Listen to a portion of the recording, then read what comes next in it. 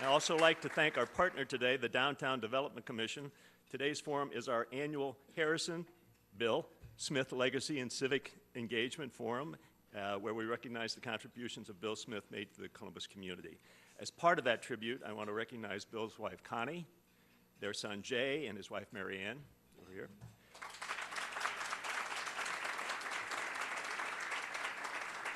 And all the other friends of the Smiths who may be with us today.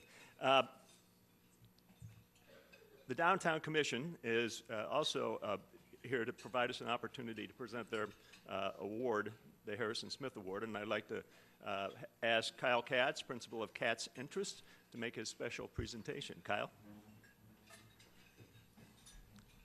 Rich, thank you. And on behalf of the entire Downtown Commission, I'd like to welcome you all to the third annual announcement of the Smithee.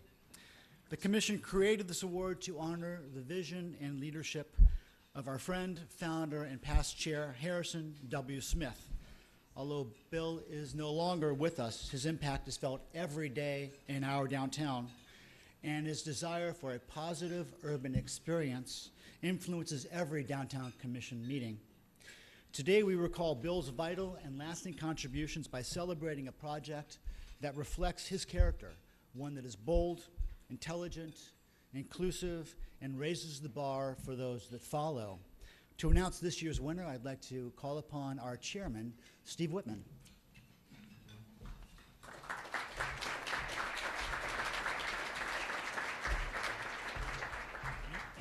Thanks very much, Kyle. It's nice to be here today. Every year we kind of go through the same thing. We look around the town and we look for high quality, very visible, very attractive projects that have been done, and there are a large number of those. And the chore is that we have to pick one from among those, and that is a little bit of a difficult project. We've been fortunate, though, because every year we've had one of those stand-up, wonderful projects, and that is the same thing this year. The award this year, and it gives me great pleasure to present this, goes to Columbus Commons. We're all familiar with that.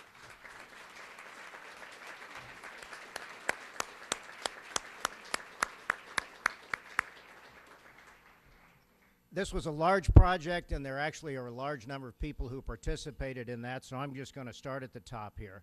The first plaque goes to the CDDC, Columbus Downtown Development Corporation. Guy.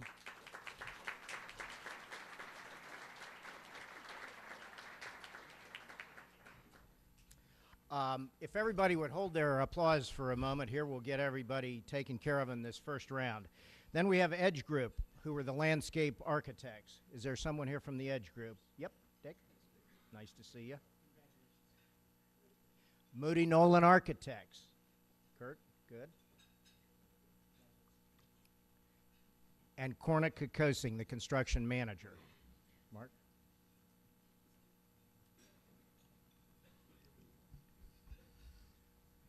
So let's hear a hand of applause for their great efforts. Take a photo. Thank you. Thank you. And with that, we're going to move on to a list of other people that helped out. Not in any way, in a minimal way, but we're very much a part of the project. EMH&T, engineers. Someone here from EMH&T. Great. MS Consultants. Someone here from MS Consultants. The Theater Collaborative. Good Connect Construction. FTL. Oh, there we go. Good Connect. Good. FTL. Georgetown. And Jazernak Gears. Okay, could we hear a hand for all of those folks too, please?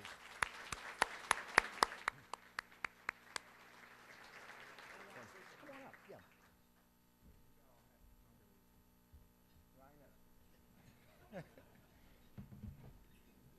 Well, Steve, thank you very much. And on behalf of the Columbus Downtown Development Corporation and Capital South, I want to thank the Downtown Development Commission for all the good work that they do for our city and our downtown and for this prestigious award.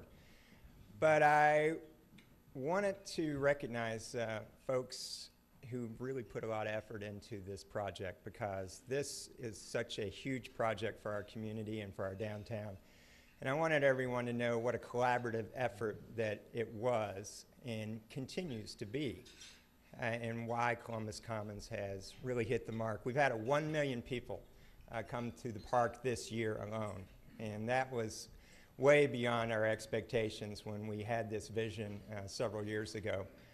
But as I said, this wouldn't have happened without a team effort, a collaborative public-private partnership, and I wanted to recognize today those partners. Mayor Coleman's represented by Rory McGinnis. It wouldn't have happened without the mayor pushing this project forward. City Council, represented by Ken Paul. President Ginther's been a huge advocate for this project, and the county commissioners really stepped up when we really needed the funding to make this happen, and Don Brown, our county administrator, is here representing the commission. And Metro Parks made a huge investment in our downtown, and John O'Meara, the executive director there, is here with us today, and we couldn't do it without their help. So those funders from the public sector helping on this project made it a reality, along with our private sector funders. But again, Dick McBride with Edge, and Mark Corna, and Jeff Einem from Gutnick, who has built a beautiful Columbus Bicentennial Pavilion, and Kurt Moody, who did the design for the entire park and the pavilion. It wouldn't happen without them as well. But a park's not successful, an urban park is not successful without a great program. And our Chief Operating Officer, Amy Taylor, and her team have put together 250 events there this year. And I think that is the strength of Columbus Commons. It's the programming, and we look forward to continuing in that effort, and I wanted to recognize all of these folks for their public-private partnership in getting this project moving forward. So thank you very much.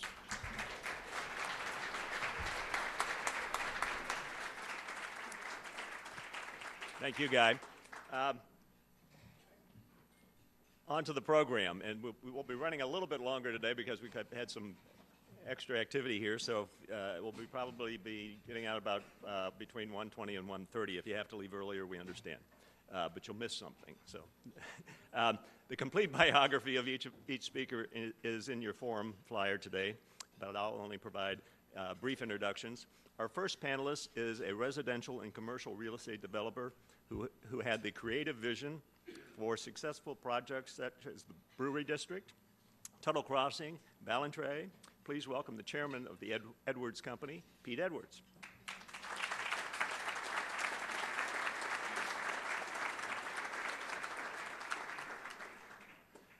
Next up is the founder of Columbus Underground, an online resource for all things Columbus. He also founded the Metropolitan Club Columbus, an online source for small business development, Walker Evans.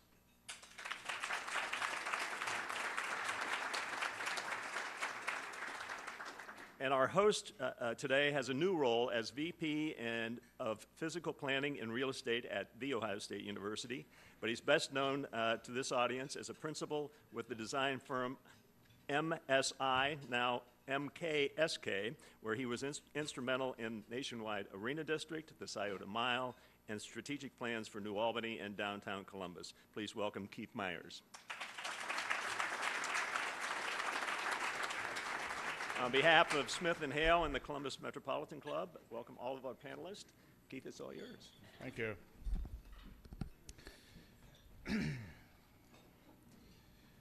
I'd like to start this afternoon, Pete, with a question directed toward you, and Walker, please dive in at any point in this process. But Pete, you were a very early pioneer in mixed-use urban development. You and Jack Lux come to mind. Jack was working on Victorian Gate on the northern end of downtown, and you had decided to tackle the Brewery District, a fairly complicated mixed-use project. And the question for you is, having watched the evolution of urban redevelopment in the downtown area from the point at which you began, how do you see it today? Is it different today from when you started? And what are the sort of factors that have made the urban redevelopment of downtown so successful that were apparent to you in the 80s? Well, first of all, it was my son Jeff that really, wanted to do redevelopment. So, I might be here and I might be getting some of the credit, but that's really not the way it happened. So he wanted to do, something downtown, and we looked at a lot of areas, and this is the one we decided that was, the best one to do. You don't do, and so I made the decision to go into it with my son, Jeff, because one night at home I'm thinking, I'm laying in bed and I'm saying, well, is it something you would do for the city of Columbus? And I said to myself, yes. Is it something you'd do for your son? And I said, yes. So that's how I really ended up doing the brewery district. Only, really, Jeff was more responsible with the brewery district. We tried to bring people in from out of town to do it too. And the people that we talked to said, no, you don't ever bring somebody in from, you don't do these unless it's your town. And that was pretty much right. It's something that you have to do and decide that you're going to do. And I don't think you look at them as tremendously profitable. Now, that doesn't mean that something like Nationwide up there has turned out great, just fabulous. There are two, have been for a long, long time, and less so today than any time. There really were two factions in Columbus.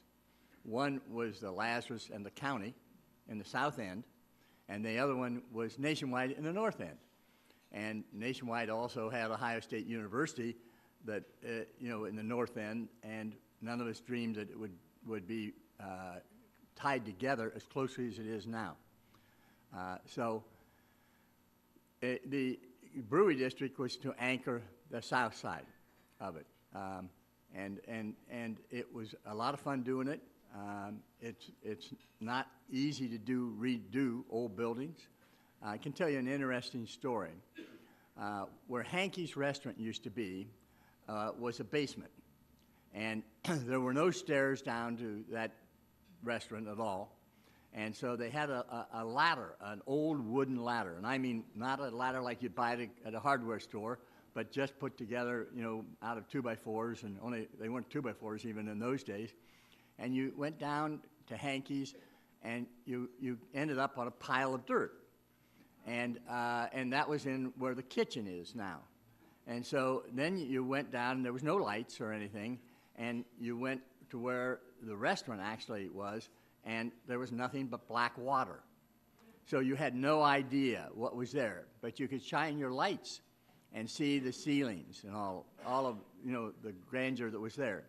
So we got Jeff, my son, to get waders on, up chest-high waders, and tied a rope to him, because we had no idea, no idea what was going to happen, and you're going to fall off or whatever. And so, and that way we sort of found out about all those vaults and all of the, the grandeur at there. No intentions originally of redoing it, but those vaults and everything was so spectacular that, we decided to do it. So that's a little bit of a history and how it really happened. I think we all wondered what the special sauce was at Hanekey's. Turns out it was black water. So, Walker, your efforts at the Columbus Underground over the years have resulted in really creating a voice for the hardcore urbanistas in town. In what ways have you noticed that voice changing over the period of time that you've been publishing? And what's your sort of reaction to the sort of interest level that's apparent in the Columbus Underground and urban activities in downtown? I think overall, the type of commentary, the type of discussions that happen, a lot of the details change on a day-to-day or year-to-year basis. But people are really sort of asking for the same things when they're looking at their downtowns and their neighborhoods and what they want to see in the future of the city. Maybe 10 years ago they were asking for a cocktail lounge on their block, and this year maybe they're asking for a local microbrewery. So that's, some of those details that change, but, essentially people want walkable neighborhoods. They want better public transportation systems. They want the type of amenities that we've seen installed recently with the Great Columbus Commons that was mentioned earlier, with the Scioto Mile, and with a lot of the pieces and parts that go into that, such as the Milestone 229 restaurant at the Scioto Mile. One of the things that I think is different over the past 10 years is that, when a lot of the talk about revitalizing downtown was occurring circa 2002 with the downtown plan that was created in that year, was that you had a lot of people who were enthusiastic about this type of development, but there wasn't really much to go on here in Columbus. You could point to other cities that were doing something similar, other cities that had livable, walkable, energetic downtowns, but there was little success that you could point to and say, we need more of this, or that has worked, let's do more of that. And I think now in 2012, we're able to say, we've accomplished some of the things we wanted to accomplish in the past 10 years. Obviously, there's still a long way to go, but there are people living downtown. There are dozens and dozens of new restaurants that have opened downtown and have been successful. What can we build on? What do we know is working for us as a city, and what can we continue to build on in the future? This is really for either of you, but we've built thousands of residential units in downtown and thousands more in the suburbs. And Pete, no one's built more residential than you have over the years. How deep is that residential market right now in your minds? How much further can we go before we hit an edge, or is it so far out there that we can't even see it right now? Well, first of all, Mayor Coleman is the one that really pushed downtown housing. And I don't see him pushing it as much anymore today, but that's because we have so much. But so he pushed it and pushed it and pushed that downtown housing. And I think we can thank him for a lot of what's been done in that way. Downtown housing, we didn't have any, basically. We had a few buildings, but we really didn't have any back, say, in 1990 or so. Then you built a fair amount, and then more and more, and then they built condominiums, and so there ended up being a fair amount. Right now, I personally am very worried, and we have something going at Long Street, at Salvation Army Building, at Old Tangy and 3rd, which are all the downtown market, and it's not because we're worried about the competition and all, not that you don't worry about competition, but it is headed, I'm afraid, for some drastic overbuilding. There have been so many new projects, talked about that I personally am worried that they won't have theirs. Now, is that all bad? No, because they'll give concessions. And what we don't know is how many people from the suburbs or how many people are going to come downtown that wouldn't have. And what somewhat prevents them from coming downtown is a price. You pay a lot more per square foot for downtown living. And so how many of these people, can afford to do it, and that's what we really don't know. Or are they willing to pay that much more? Yesterday I was at a lunch with two young ladies, and one of them, was downtown, and what she complained about was paying $65 for parking.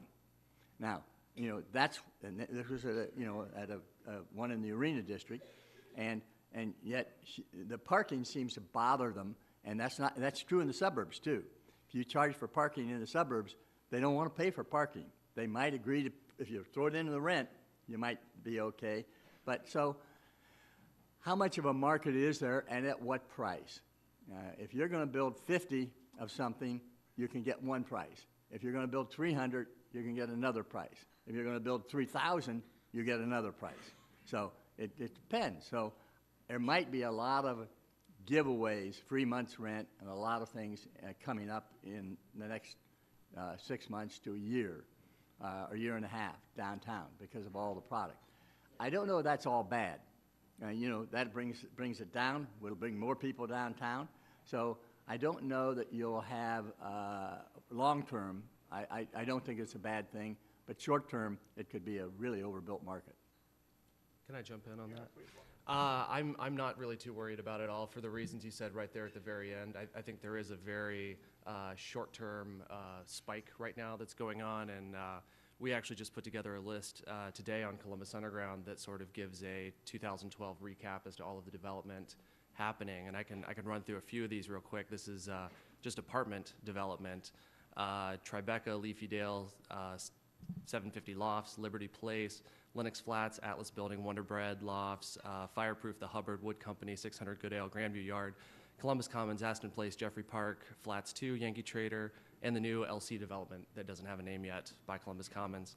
All of these, along with all of the other apartment developments going on right now, downtown and around downtown, represent roughly 5,000 units, or give or take 7,500 new residents once all are built and filled to capacity. I do think there may be a slight bit of overbuilding going on, but when you look at trends, U.S. trends, demographic trends, the two giant demographic bubbles that are just beginning to burst are the millennial generation, and they're looking for places to live in urban communities. They want walkable communities. They want apartments and not condos. They're not looking to buy homes yet. They're just graduating from college, and this is exactly the lifestyle that they're looking for, as well as the baby boomer demographic that's just starting to retire, the empty nesters that are looking to downsize their homes and move back into a place where they have the same type of amenities that the millennials want, walkable communities, restaurants that they have easy access to, grocery stores, retail, park systems, bike trails, you name it. Maybe there'll be a little bit of overbuilding in the next year or two as we see all of this start to come online in 2013 and 2011. But with these long demographic bubbles over the next 20 years, I think we're going to see even more of this development happening in Columbus. You probably will, but you probably will see more come downtown, but it's going to be very difficult for a little while, I think. I mean, you heard 5,000 units, and how many do we have downtown now? Total units? Mm-hmm. I'm not sure off the top of my head. Well, I probably know more than 5,000, and probably not as many. Yeah. So and this it's is going to be painful. Yeah. For a while. It's going to be painful. But growing pains are Growing pains are fine as long as you're not paying for it. right. Okay, allow me to interject. Let me ask a follow-up question, because this really begs a bigger issue, which is, the region's only growing so fast. So bringing 5,000 units on downtown has to have an impact somewhere, I would think. So, either one of you, or what's the impact of 5,000 new units downtown going to be on apartments in suburban areas? And what's the future of Bethel Road?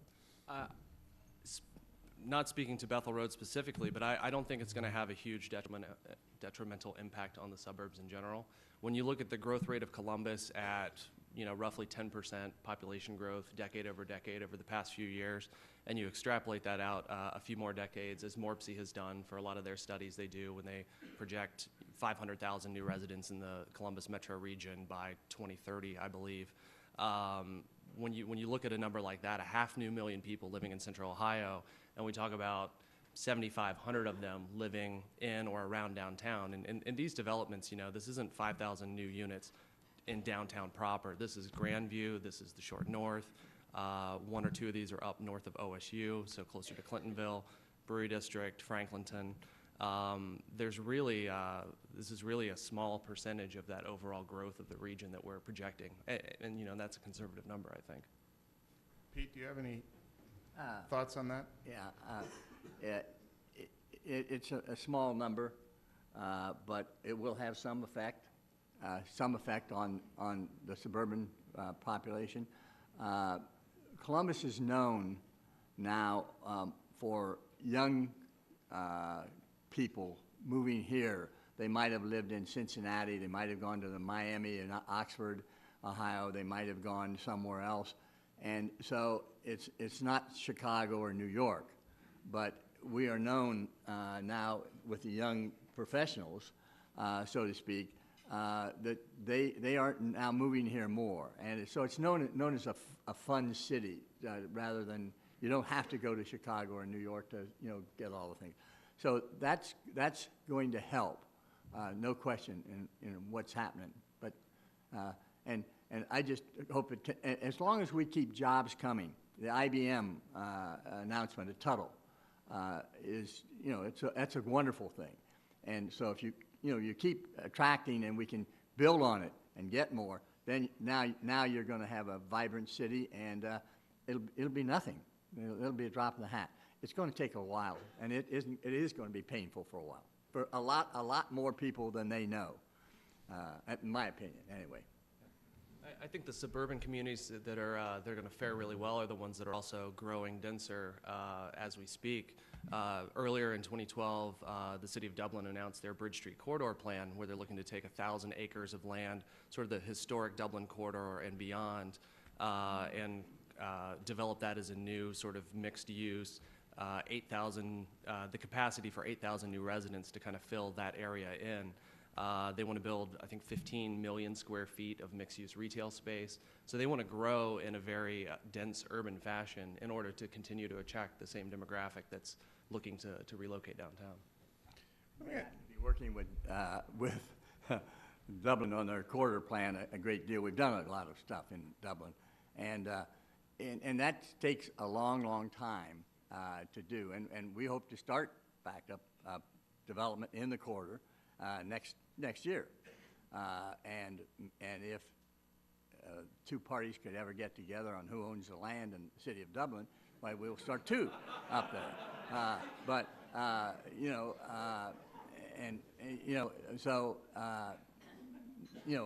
There's a lot. Dublin corridor plan, they've also been planning for about 30 years. So, and they haven't yet started anything. So sometimes when we do plans, it doesn't always work. Not that the planners aren't doing it, but we've had city plans for Columbus and the river. I don't know, maybe this might be the 5th one that they finally have gotten going, which is great. But so it doesn't happen exactly like we'd like to think. I've only done one of those, Pete. So just saying. Well, let me tell you an interesting story about Keith. And this to me is interesting. The Tuttle Crossing, when we were to build that interchange, we went out to landscape architects, and we paid. We said, look, and we called 4 landscape architects in, and we said, if you win, you'll design the interchange. If you lose, we'll pay you $5,000. So all 4 of them, but they said, and if you lose, we can use some of your ideas that we put with the winners. And so guess who won? Keith. So that's the first one. So we went to Ballantrae, and we did the same thing. Ballantrae is a big park in Dublin. And we said, okay, we're going out for it. Guess who won? Keith. But lots of good ideas came out. Ed's group had a lot of good ideas that came in that. So before you think I have an obsessive compulsive about winning, I still have my season tickets to the Browns. So, question for both of you, and Pete, you've alluded to this really in Dublin, but what obstacles do you see to development today? Have they changed over the years? Are they different obstacles, or some of the obstacles stripped away? It's a bit of an unfair question. We're here at the with the Downtown Commission, who I think has probably done as much as anything to clear obstacles. But what's your impression, either from an infrastructure perspective, from a regulatory perspective? What are the obstacles to getting to making change, either suburban or urban today? I'm known to be a very blunt, and I say whatever I really think. One of them is politics. It isn't easy to go through all of the regulations and all of the things that you need. The corridor plan in Dublin, they went ahead and they tried to avoid a lot of those, and I think they did. But it's hard for people that are not in it day in and day out, that sit on the councils and on the planning commissions and everything. It's hard for those people to sort out what's good and what's bad.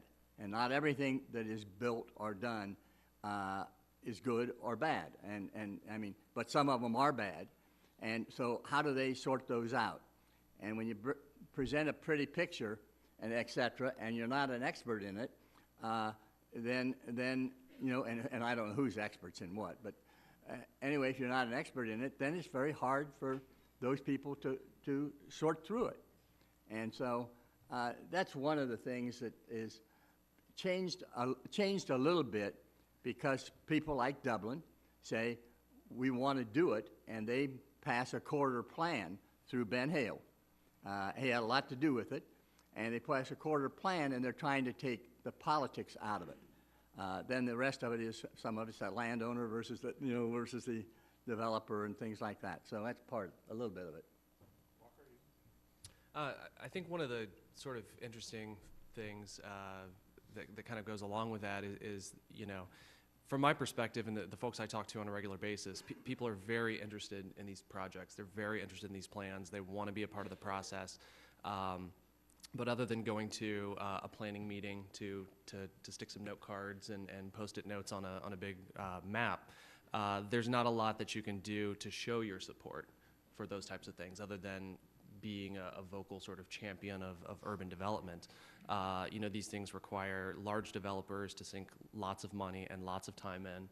And as Pete said, you know, these things take forever. They don't always work.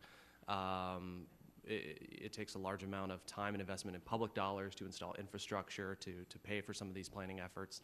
For the individual, you're sort of left a little bit on the sidelines. You know, how can you proactively participate? How can you be an urban dweller in Columbus if there's no place to live?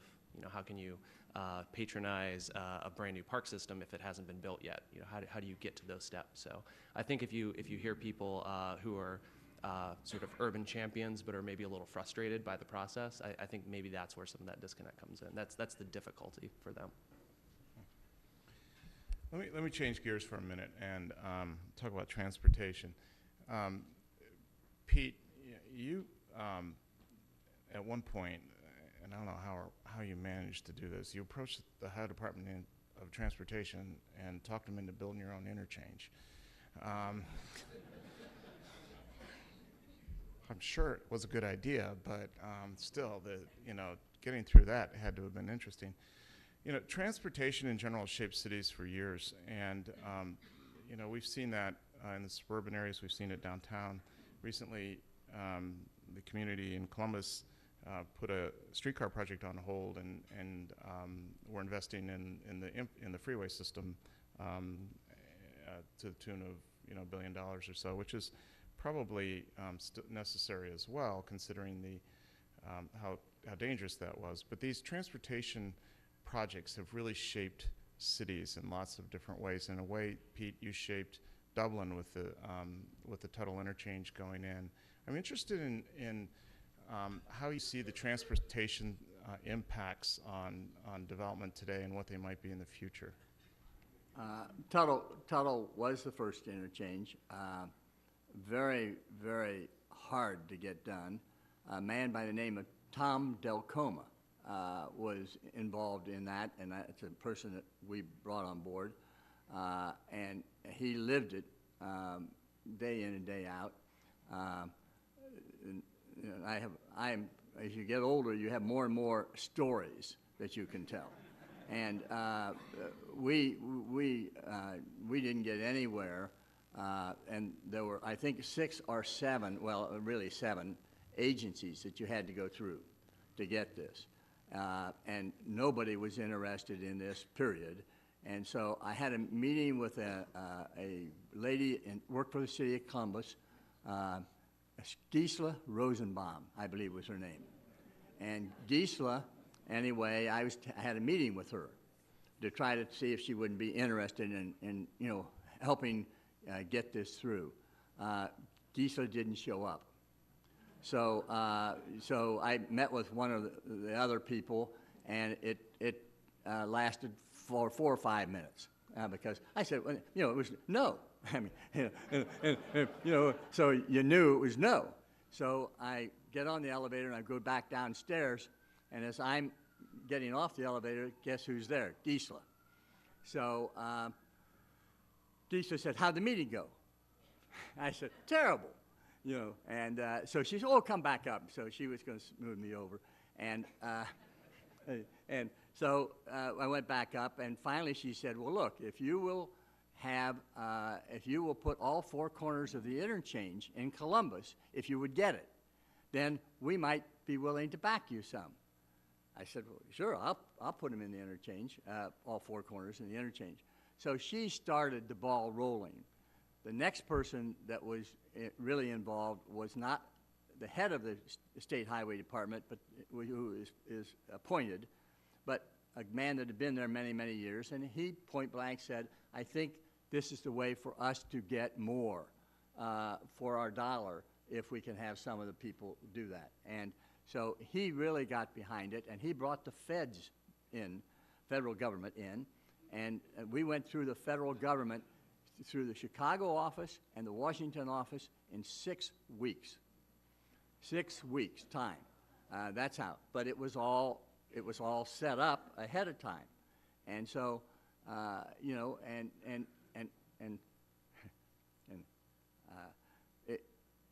two things. The interchange cost us very little comparatively.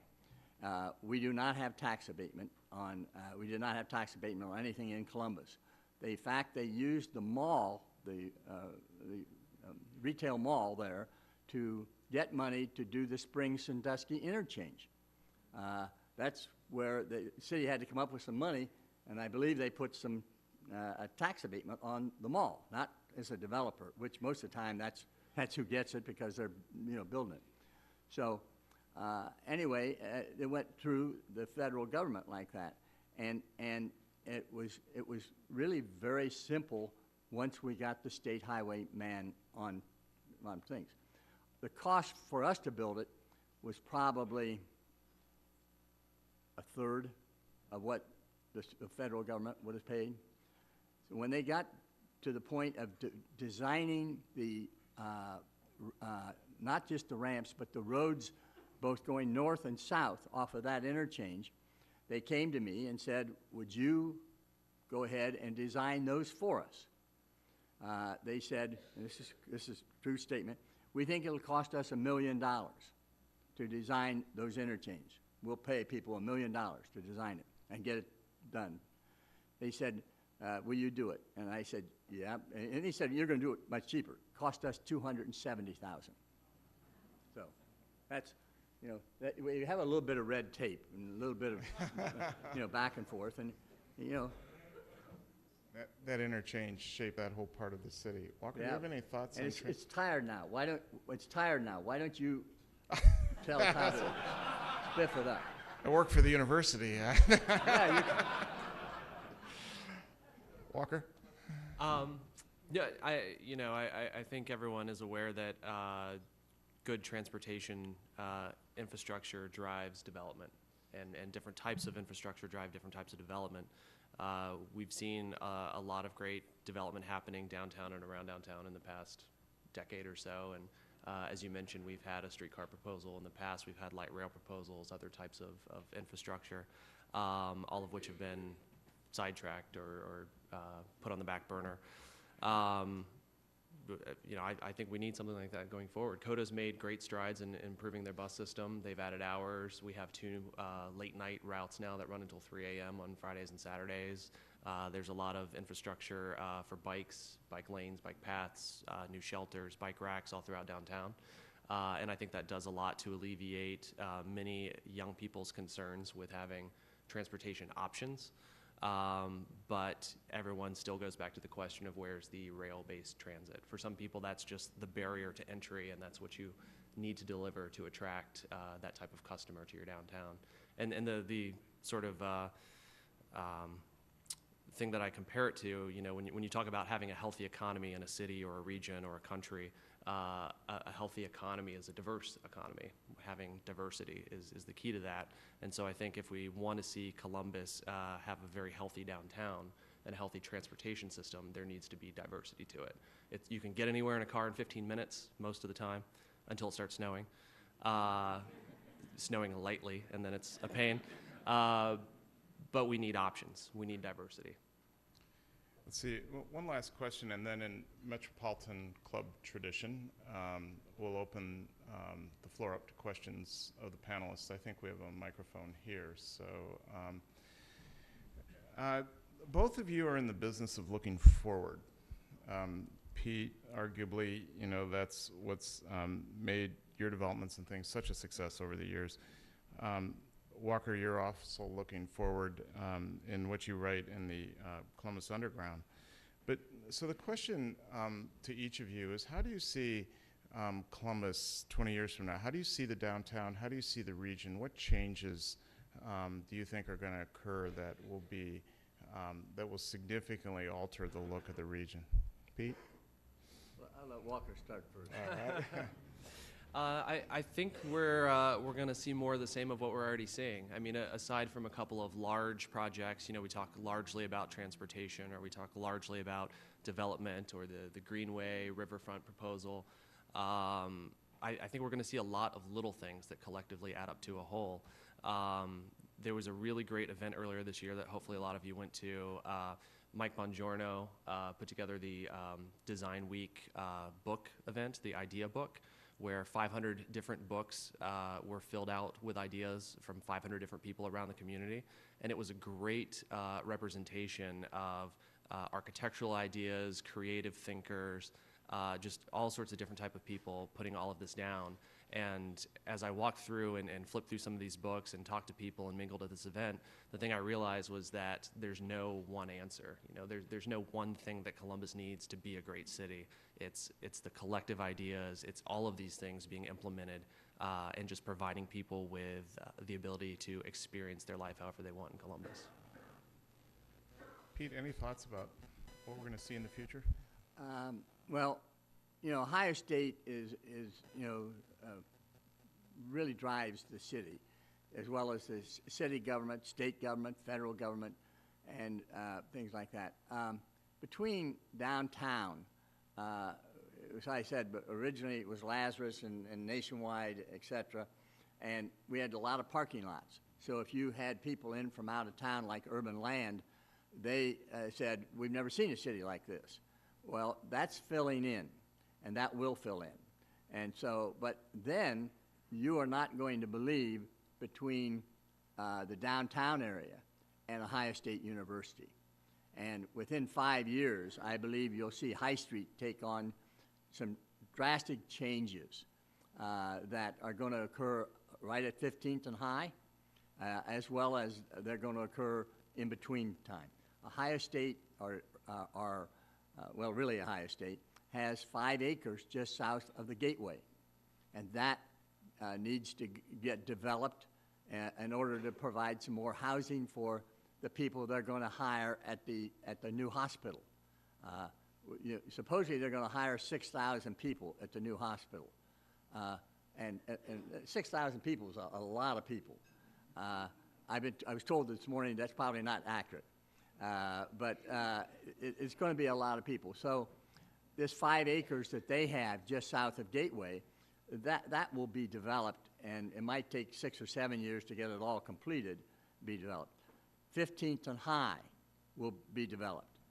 15th and High up to McDonald's will be developed within the next 5 years. So you're going to see drastic change in that area. You will see more people downtown and more people. The university is building 3,200 new beds on campus north of, just south of Lane Avenue. That's going to be a drastic change. That's also going to affect the apartment market in the suburbs. So, you know, you have about 10,000 people that are students at Ohio State that do not live in that zip code. So what they're going to do, partly by requiring the first 2 years to live on campus, you're going to draw some of these people back. And so that's going to put another strain on the suburban market. So, and competition sometimes goes by how much it costs to do various things too. And so it's a lot of turmoil right now and what's going to happen. But if we can just if we could get another 5 IBMs, or we can build on something like that, you'll see us grow, and keep the young people and really, I think, do tremendous amount. That's great. Questions for our panelists?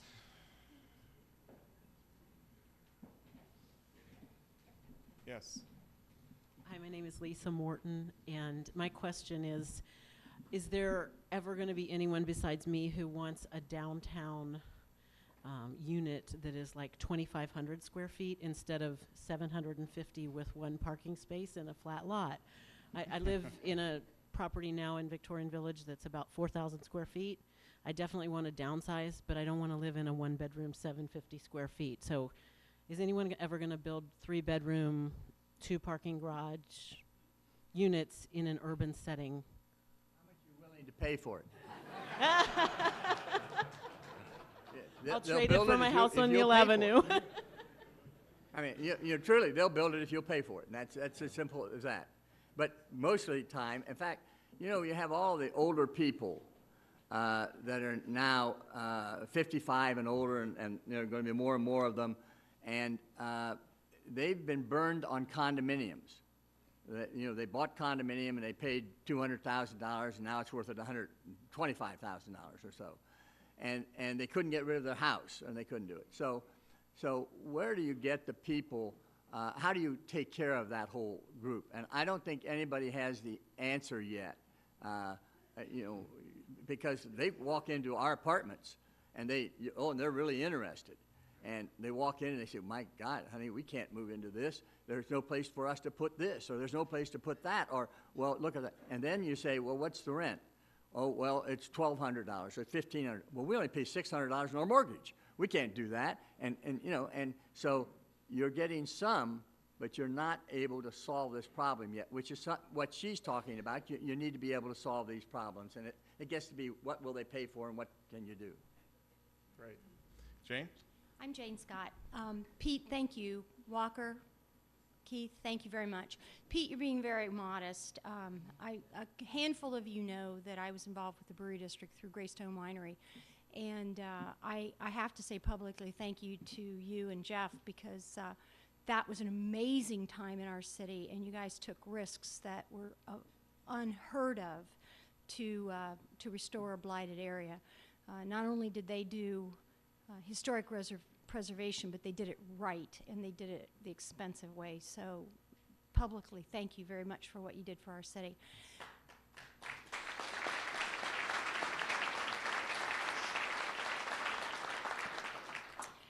And you're keeping on doing that and more. My question for you is there a defining moment in all the things that you've done in the city that you will always think of just as the creme de la creme of something that you will always be very, very proud of? The thing I'd be most proud of is Ballantrae Park. It's not in Columbus, but we have a park that we did for Dublin. Dublin came to me and over a period of many years and said, how do we raise the bar on the quality of development in the southwest area of Dublin? And so they hired one consultant after another and paid them and this and this. And then, quite honestly, city council members or people would come back to me and they say, well, what do you think? And I would say, oh, well, Duffy Homes is not going to build there, or they're not going to do this. And some of the other builders that would say, oh, yeah, that's fine. So this just went on, and till finally I refused to talk to the consultants. And so they came back and begged me to talk to the final consultant, and they were proposing something that wouldn't have worked. And I went to them and I said, look, if you'll give me $11 million, I'll do it. And they didn't give me $11 million, but they gave us $8 million, and this was to buy homes. They had concrete block homes with cars on the block on the entranceway. You had to have something that really did it. Well, we did a park there, and we will get as many as 800 children in a day playing in the fountains. And those fountains, that's the thing that I like the most. I like to see the kids. I love water, so that's what I think is the crowning thing of mine. Warren? I'm Warren Fishman, and thank you all three for coming. And Pete, I will say that everybody knows where the bunnies are in Dublin, and it was an incredible contribution. The question I have is, nobody's talked about rapid transit and how it can affect the city or not affect the city, and there's been some tries at it, and nothing seems to have happened. Pete, do you think it should happen or will happen, or? I'll tell you what I know. Okay, thank you. I personally, yes, I think we need a rapid transit system of some type, whether it's a streetcar line servicing downtown and near downtown neighborhoods, whether it's a light rail line maybe extending further out to job centers at Polaris or Easton. When you look at the growth in Columbus, the population growth, the job growth, the economic growth, we're always very steadily on the incline, which has been great to, we're still on an upward trajectory even through hard economic times. When you look at other cities that are implementing these types of systems, they're growing faster than us. When you look at Charlotte and development popping up along their systems, you look at Portland and the way that they're growing rapidly, even places like Dallas and Houston that maybe don't compare one-to-one with the type of city Columbus is, they're implementing these types of systems, and they're seeing the spike in development and a change in their culture around what those types of systems mean. So I think we do need it sooner or later. It's bound to happen in Columbus. You have to get the public behind it, and that means the public has to be willing to pay more taxes or pay more money one way or the other. And I happened to be on COTA's one time on a panel that were talking about, rapid transit, et cetera. And I said, well, you're not going to get the votes. You didn't look at it as far as the votes are concerned. And the consultant, said no. They didn't look at it. You have to have somebody pay for it. And therefore, it's going to go to the public. And when they go to the public and they listen to the public, and it's presented in the right way to the public, then you'll get a rapid transit. If it's not, and if you don't think you have to get the votes in Upper Arlington or in Clintonville or in a lot of other places, then you're going to lose, and that's what happened before. Okay. Now they wouldn't have had the votes anyway. They listened to me; it wouldn't have made any difference. We'll take two more quick questions, and then. Hi, I'm Megan Melby, and I am the manager of the Energy Star New Homes program for Columbia Gas of Ohio. And we haven't really seen energy efficient multifamily projects in the past. And I was just wondering if you think that in the future that there will be more of a demand in the Columbus market, and ways that we can work to make that more top of mind. I hope so. I mean, we do see a few, lead type developments that conform to certain energy or efficiency standards. I don't know from a developer's perspective, what maybe the disconnect is between why they're not, adhering to those standards or developing to those standards. Columbus used to be all gas. You didn't dare build an apartment community that wasn't gas. Now it's all electric, and it's once again you do some of these things already. The furnaces are better, the insulation is much better, and so you're getting it. You're maybe not getting the LEEDS programs as much, but you're getting much more efficient apartments and houses, etc., because of things that have changed in the code.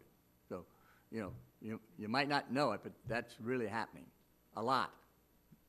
And every year it changes. So, I mean, every 3 years or so, there's another thing that comes in, and so they're much more efficient. Now, it used to be that you don't want to build a house or an apartment and have it too tight because you needed some air to get into it. Now, that doesn't seem to be, and they don't seem to care. They want it tighter and tighter. So, I don't even understand that, part of it. Last question then?